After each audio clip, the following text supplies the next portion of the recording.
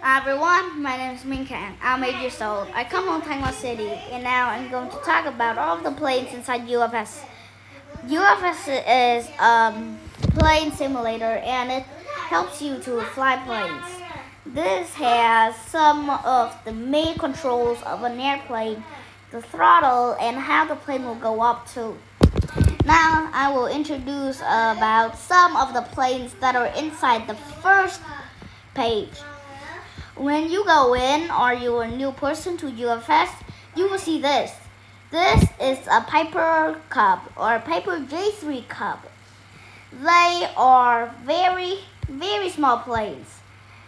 I could say this is going to be as big as human. You could say as tall as human. These things are mini turboprops and also are training planes. Next plane up is the Cessna 172. The Cessna 172 is classic for its name. As you can say, it's cheap, it's expensive a bit, but people like to buy it. Some people like it though. Next plane up is the Alpha Jet PAF or the Alpha Jet PAF. You might look here. Hey, where's the engines? How does this start? Well, for those who don't know, the engines are these hollow things here. And you might think, if that's the engines, then isn't the blades going to scratch the paint off? Well, no. Duh. Because if it does, the plane will be done and it will fall down. Now, the next plane, the Boeing 737-700. This is very, very classic because, as you can see, it's mutant of the KLM. It is also a great plane for airliners who want a short-range, short-distance plane. Now, going up to the Embraer Phenom 100. The Embraer Phenom 100 is one of the private planes that you might know. They only have one seat. That's small. The next plane up is the de Havilland DHC-6 Otter. The de Havilland DHC-6 Otter is a turboprop plane with 2 engines. Nice. Well, the thing is that it looks pretty good too, and also they have a lot of stripes on the back rudder. Now with the F-16 Fighting Falcon. The F-16 Fighting Falcon is a military plane. And right here, soft. Yeah, this thing only has 1 engine but can go to speeds more than 900 knots.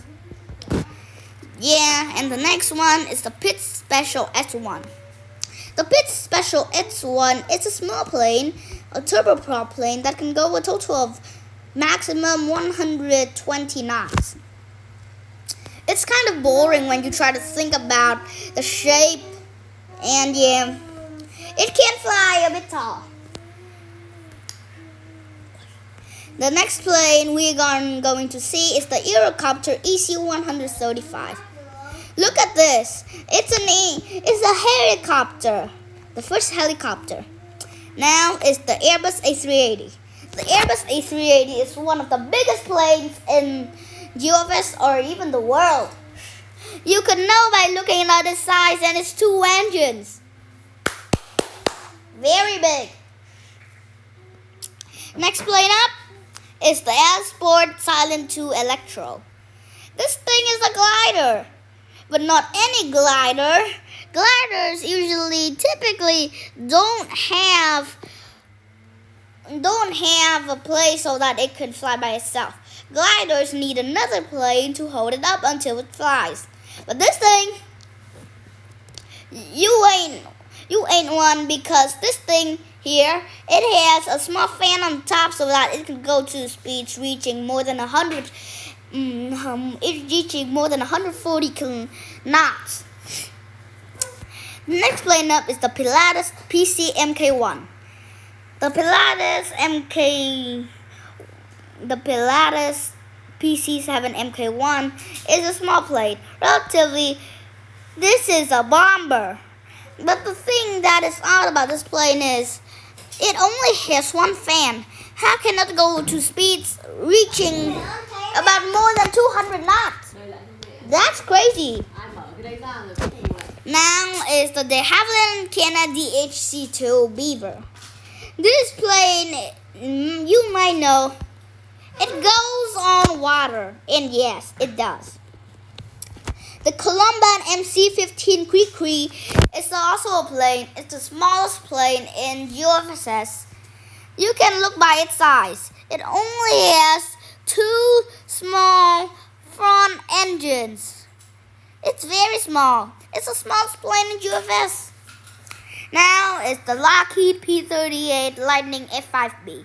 The thing that makes it special here is, why is there a gap between the planes? Look at that gap between the planes. Very odd. Next one is the Douglas DC-3. This is one of the first Douglases to be ever made. Look at this. This thing is a commercial airliner and yet can only go at a total of 200 knots.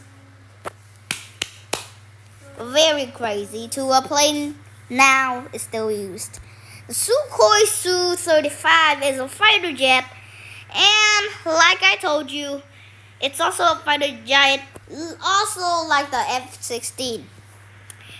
But this thing has 2 engines. And also look at this. This thing is from the Soviets.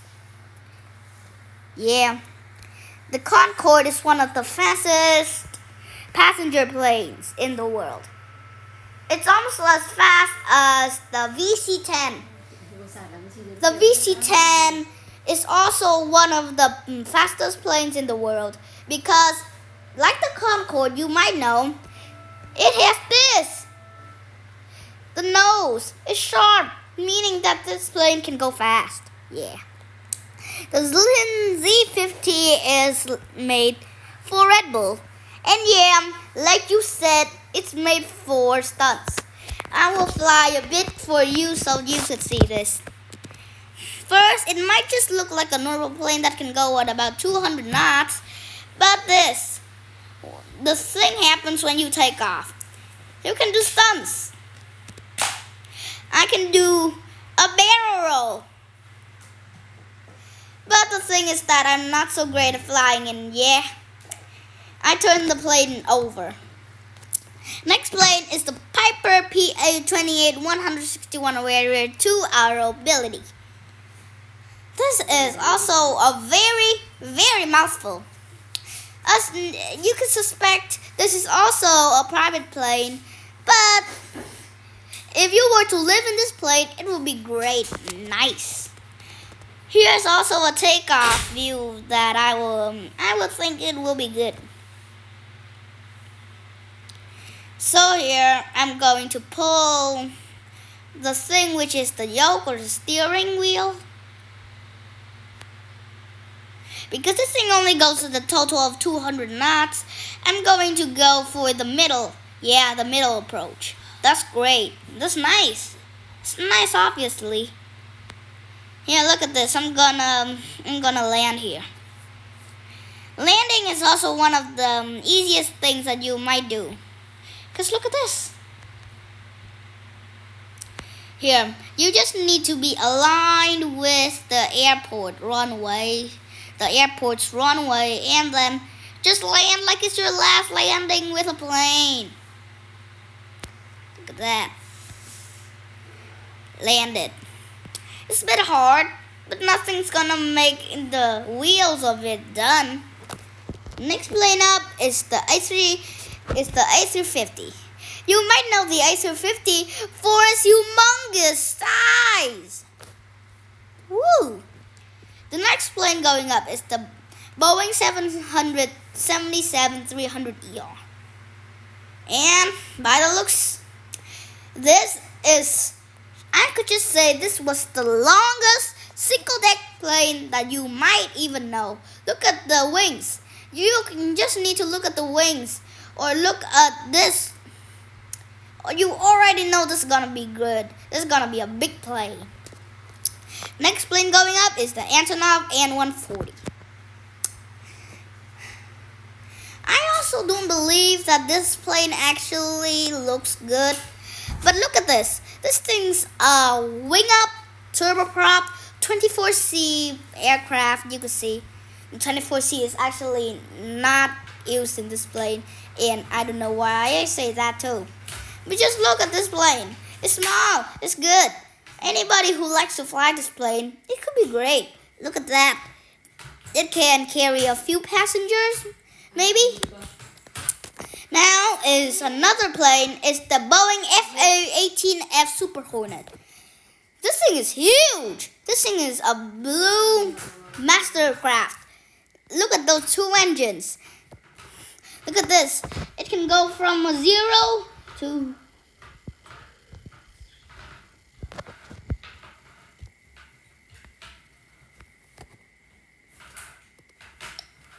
This thing can actually go 0 to 206 seconds. That's actually pretty crazy. But look, I'm in the air now. I'm gonna try to land on one of these houses. But if I'm an actual person and this is actually real, I'm gonna actually kill somebody. Now the next plane is the Beechcraft Baron. The Beechcraft Baron B-55 is also a turboprop plane. It's small too, but it can also just go at 200 knots. Not like those planes that only use one turboprop and go at more than 500 knots. The next plane up, the Dassault Rafale. Just looking at the self menu, you could tell exactly that this thing was a two-and fighter. Next plane up is the Potest 25. The Potest 25 is, of course, a turboprop plane. Again, it can only go 200 knots. The next plane up, the Northrop T-38 Talon. The Northrop T-38 Talon is one of the fastest planes that NASA even ever made. Look at this thing. This thing can go fast. Look at these engines. If you actually try to do this, going at full throttle, I don't know what will happen to you if you go into multiple houses, but you go at maximum. And then look at this. You're in the air. Now let's land somewhere. Let's crash. Beep, beep, beep, beep, beep, beep. Oh no, oh no, oh no, oh no. Boom. I just crashed into a building. And then the building just come back. Next plane is the Evector Sportstar. Yeah. This thing really is a Sportstar when I fly this. I'm on grass, okay? I'm on grass. I'm actually just on grass. I'm not on a regular airport that you might know. But just look. Then when I pull the throttle, when it goes up, that's the time where you need to know that this plane actually is pretty decent too. Landing is also pretty decent. I could actually land on a building. Yeah. I actually can land on a building if you try to think. Yeah. You can look here. That point right there is one of the airports. So now I'm going to try to land at those airports. Okay, it's pretty cloudy up here because I ordered volumetric clouds. The best thing you know about this, you only have to pay 9.99 cents a year for HD. And all the planes, all the other technologies of this plane or of this GeoFS, yeah, it's free. It's free. Yes, it really is free. If you look here, I am going and I am almost flying. I'm in the air, all right, but I'm pretty low. I could butter, but I don't know how to butter. Buttering is very hard too. If you know how hard buttering is, yeah, you know if you're a real pilot, it's hard. You have to concentrate to make the right choices on where to land. If you're wrong, you're done. If you're right, you're great. Yeah, I have to do this. Every time when I land, I have to align my proper aircraft with the plane. Look at this. I can't butter. It's so hard. Ugh. Bit too bumpy. If I was a pilot in there, I would die. Because that was so bumpy. Next plane up, SZD-48-3 Jantar. This is an actual glider. See? No propellers. No propellers. It just uses its own willpower to go up. Next plane is the paraglider. And yeah, this thing is not so good at flying because this thing is a person strapped to a freaking aircraft balloon. That's odd. Next plane off is the Major Tom. And you mean by the Major Tom? I mean it. Look at this. I'm not in the mood for today, so don't tell me that this thing is colorful. To the last four, the Hughes 269A or the TH-55 Osage is another plane. This is another helicopter too. This is one of the most easiest planes, one of the most easiest helicopters to fly without autopilot. Look at this. Okay. I'm up in the air now. The thing that's hardest is maintaining all of these structures so that the plane doesn't crash. I'm not so good at flying. Please help me. The next plane up is the Goat Air Chair. And by just looking at it, you already know that this thing can't fly great. It's like a paper plane. It doesn't have that speed. It still needs another plane to hold it up. The Citroen 2CV. Of course, it is a car. I can go on a car. I can't drift. I don't even know how to drift. Maybe that's how I can drift. I'm going at 70 miles per hour. I'm going as fast as a Lamborghini.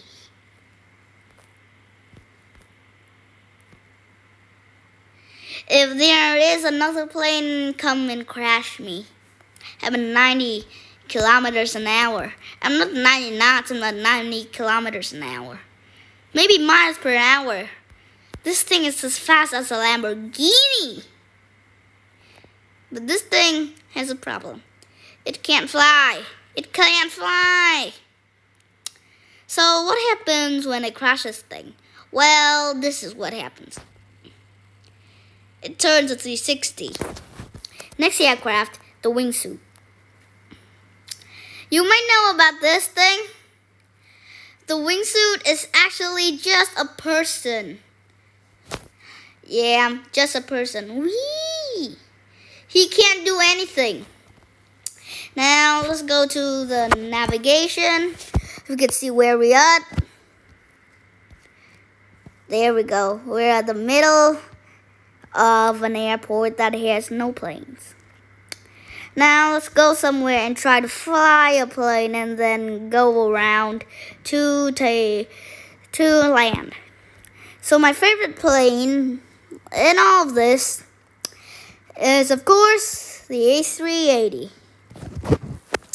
Even though this thing has a lot of gears to do, it's still easy to fly. Camera, I'm gonna go cockpit cam. I want to be inside a cockpit too. Okay, so we're inside of an A380. You can see the controls here. You can see that I'm already speeding up to about 80 knots. We're at 14 feet because that's how tall this plane is. So here's another thing about GeoFS. If you want to fly other planes, there's also a notch on the top which is called community contributed. There's some people that are contributed to making GeoFS, have some ideas and make other planes. Then they just make those planes. It's nothing as much. Now I'm going up. Okay. The thing hardest for this plane to fly is that you can't really control how this thing actually steers. If you do that, you are a person that can use navigation the right way. Look at me. I'm flying. Yeah, I am flying. But I'm going pretty slow. I'm gonna gear my trams. I'm gonna go up to my gear. You can look at this plane. Yeah, I'm still here. But I don't even know where to land to. Oh, there's great. There's another airport. But that means I have to turn a 360 just to land. That's hard. Going a 180 is already hard. Going a 360 is even more hard. But now we're at 240 at about 3,000 feet up in the air. We're seeing the cities. We're not so tall. We're only a few thousand feet in the air. It still took a lot of effort to go at that height. Now we're going. We're almost going to land. Okay, I am almost seeing that. Yeah, I see it. I actually see the airport now. I'm gonna turn so that I can land. I can look at my wing and see the airport, but now I can't see it.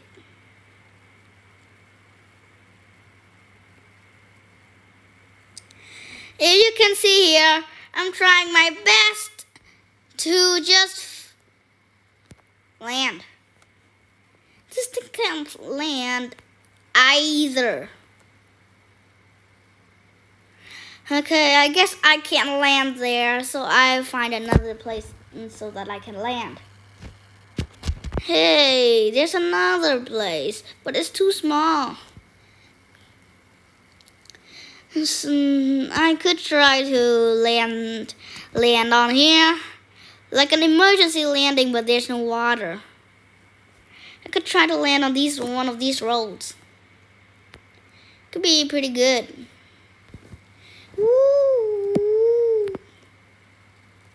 Ooh, nice.